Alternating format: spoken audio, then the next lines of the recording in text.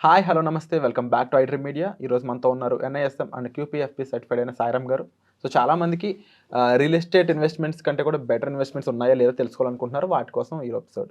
Hi sir. Hi Virat. Sir, రీసెంట్గా నా ఫ్రెండ్కి ఒక కేస్ విషయంలో అంటే హెరిడిటరీకి సంబంధించిన ఆస్తుల విషయంలో మంచి అమౌంట్ వచ్చిందనమాట. అది క్లోజ్ అయ్యి ఒక 50 లక్షల పైన అమౌంట్ వచ్చింది. ఓకే. అయితే తన ల్యాండ్లో ఇన్వెస్ట్ చేద్దాం, రియల్ ఎస్టేట్లో ఇన్వెస్ట్ చేద్దాం అన్న టైంలో ఎందుకో డౌట్ పడుతూ ఉన్నాడు అనమాట. ఇష్యూస్ ఉంటాయేమో, లేదంటే ఆ టైటిల్ డీడ్స్ మీకు తెలిసిన విషయాలన్నీ కూడా.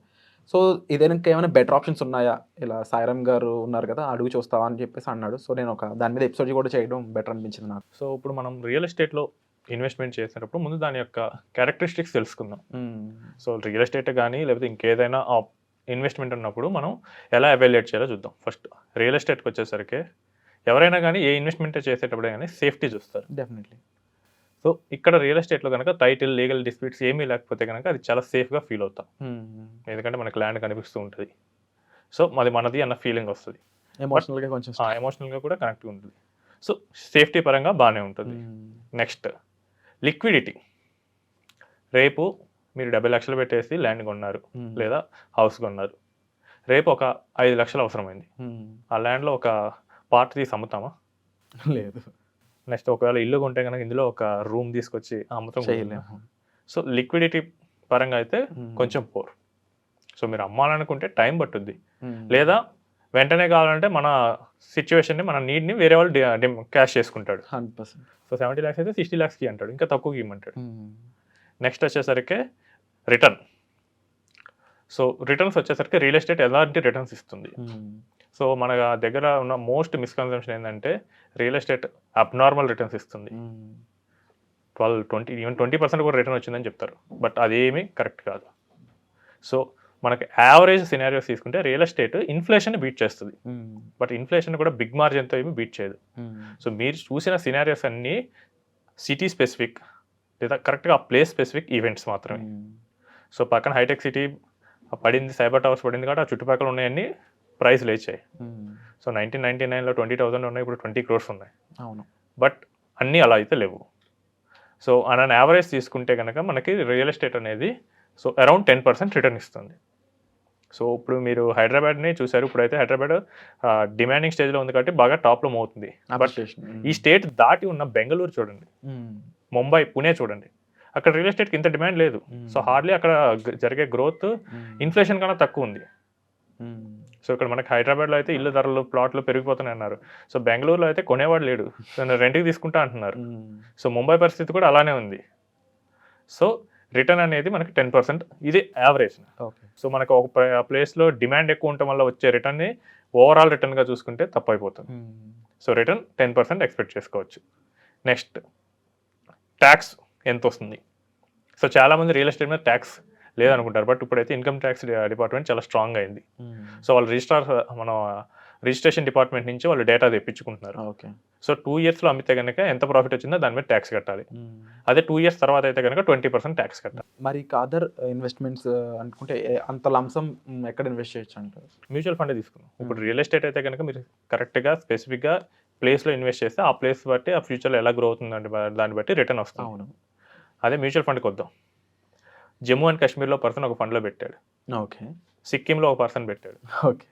నెక్స్ట్ హైదరాబాద్లో పర్సన్ పెట్టాడు. సో ముగ్గురికి ఈక్వలెంట్గానే రిటర్న్ వస్తుంది కదా. అవును. అంబానీ పెట్టాడు, నేను పెట్టాను. సో మన వాచ్మెన్ పెట్టారు. అవును. సో ఏమైనా డైవర్సిఫికేషన్ ఏమైనా చూపిస్తుందా డిఫరెన్స్? లేదు. సో ఎవరు పెట్టినా ఒకేలాగా వస్తుంది అంటే ఈజీగా హ్యాండిల్ చేయొచ్చు. అండ్ అందరూ అందులోనే ఇన్వెస్ట్ చేయొచ్చు కూడా. ఎవరైనా డెమోక్రసీ అనేది చాలా ఈజీగా ఉండి చాలా కరెక్ట్గా పాటించేది మనకి మ్యూచువల్ ఫండ్ ఉంది. సో ఇక్కడ మనకు వచ్చే అడ్వాంటేజ్ ఏంటంటే నీకు ఈజీగా విత్డ్రా చేసుకోవచ్చు. సో మనకి మన రిడెంప్షన్ ఫామ్ పెట్టేస్తే 2 working daysలో మనకి వచ్చేస్తుంది. అవును. Next partial withdrawal. నాకు ఒక 5 లక్షలు అవసరమైంది ఇందాక చెప్పినట్టు, నువ్వు 5 లక్షలు తీసుకోవచ్చు. ఇంకా బెటర్ అయితే కనుక లోన్ ఎగనెస్ట్ ఫండ్స్ కూడా ఉన్నాయి. సో మనం లోన్ అప్లికేషన్ సబ్మిట్ చేస్తే వెంటనే 15 minutesలో మన అకౌంట్లో క్యాష్ పడతాయి. క్యాపిటల్ గ్రోత్ ఉంటుంది, ఇన్కమ్ తీసుకోవచ్చు, డివిడెండ్ ప్లాన్స్ కానీ లేదా ఎస్డబ్ల్యూపీ పెట్టి కానీ ఇన్కమ్ తీసుకోవచ్చు. అన్నిటికన్నా పైన రిటర్న్. సో మనం ఫాలో అయ్యే స్ట్రాటజీ బట్టి మన రిటర్న్స్ 12% రిటర్న్ ఈజీగా వస్తుంది. సో మనం ఇంకా అగ్రెసివ్ ఇన్వెస్ట్మెంట్ అయితే కనుక ఇంకా ఎక్కువ కూడా గ్రో అవుతూ ఉంటుంది. 100%. సో మనకి ఈక్విటీస్ ఒక ఆప్షన్. రెండోది ఏంటంటే బాండ్స్. సో లిస్టెడ్ బాండ్స్లోకి వెళ్ళొచ్చు. సో ఇక్కడ లిస్టెడ్ బాండ్స్లోకి వచ్చేసరికి లిక్విడిటీ అనేది కొంచెం తక్కువ ఉంటుంది. బాండ్స్ అనేది మన ఇండియన్ మార్కెట్లో అంత మెచ్యూర్గా లేవు. సో బాండ్ టైం జోన్ వరకు మనం ఉంటే కనుక మనకి 12% బాండ్స్ చాలా ఎక్కువనే అవైలబుల్ ఉన్నాయి. సో మనకి మన పెట్టిన అమౌంట్ మీద 12% వరకు మనకి రిటర్న్ జనరేట్ అవుతూ వస్తుంది. సో ఇదేంటంటే మనకి ఇన్కమ్ అవసరం అనుకుంటే కనుక so who are seeking for income bonds కనుక ఒక ఆప్షన్. క్యాపిటల్ అప్రిసియేషన్ కావాలంటే కనుక ఈక్విటీస్లో వెళ్ళచ్చు, వయా మ్యూచువల్ ఫండ్స్ కానీ వయా పిఎంఎస్ కానీ. సో ఈ రెండిట్లో మనకి బెటర్గా చూసుకోవచ్చు. సో మనకి క్లారిటీ కావాలి. సో రియల్ ఎస్టేట్లో పెడితే కనుక నాకు రేపు అవసరానికి ఉపయోగపడుతుందా లేదా, నాకు మధ్యలో ఏమైనా అవసరం వస్తే ఏంటి, రిటర్న్ పరంగా బాగానే ఉంటుంది, సేఫ్టీ పరంగా బాగానే ఉంటుంది. మ్యూచువల్ ఫండ్స్కి వచ్చేసరికి సేఫ్టీ. సో అవి ఇండియా టాప్ మోస్ట్ కంపెనీస్లో పెడతారు కాబట్టి అవి సేఫ్టీయే, కాకపోతే వాలటైలిటీ ఉంటుంది.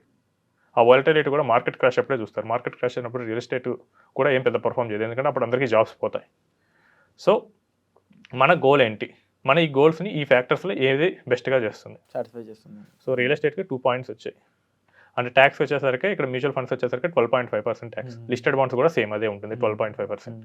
సో ట్యాక్స్లో కూడా ఇది తక్కువే, అంటే ఇక్కడ 1 ఇయర్ ఉంటే సరిపోతుంది. సో వాలటైలిటీ రెండిట్లోనూ సేమ్ అదే వాలటైలిటీ ఉంటుంది, కాకపోతే మనం అమ్మటానికి టైం తీసుకుంటాం కాబట్టి మనకు అక్కడ వాలటైలిటీ కనపడదు. ఇక్కడ ఏంటంటే వెంటనే మనకు ఫోన్ ఓపెన్ చేయగానే యాప్లో కనిపిస్తూ ఉంటుంది. సో నా కన్సిడరేషన్ వచ్చేసరికి ఫైనాన్షియల్ అసెట్స్ వైపే వెళ్ళొచ్చు. ఓకే. సో ఎందుకంటే మనం హెడ్ కంపేర్ చేసుకోవచ్చు, ట్యాక్స్ ఏది ఉంది తక్కువ ఉంది, equity. Wonderful information sir. Definitely చాలా మందికి ఎన్ఆర్ఐస్ అయి ఉండొచ్చు, ఇండియాలో అయి ఉండొచ్చు, ఎవరైనా సరే ఒక లంసంలో అదర్ దెన్ రియల్ ఎస్టేట్ కంటే కూడా బెటర్ ఇన్వెస్ట్మెంట్ ఆప్షన్స్ అనేవి ఇప్పుడు మనతో డిస్కస్ చేయడం జరిగింది. వీటిలో ఇన్వెస్ట్మెంట్స్పై మరింత క్లారిటీ కావాలి, మరింత ఇన్ఫర్మేషన్ కావాలి, మీ దగ్గర ఉన్న అమౌంట్ ఇంకా ఎలాంటి విధాలుగా ఇన్వెస్ట్ చేయొచ్చు తెలుసుకోవాలనుకున్నట్లయితే డిస్ప్లే అవుతున్న నెంబర్స్ కాల్ చేయడం ద్వారా మీరు డైరెక్ట్గా సాయిరామ్ గారితో పర్సనల్ అపాయింట్మెంట్ అనేది అరేంజ్ చేసుకోవచ్చు. సో వచ్చే ఎపిసోడ్లో మళ్ళీ కలుద్దాం. Thank you so much. Thank you.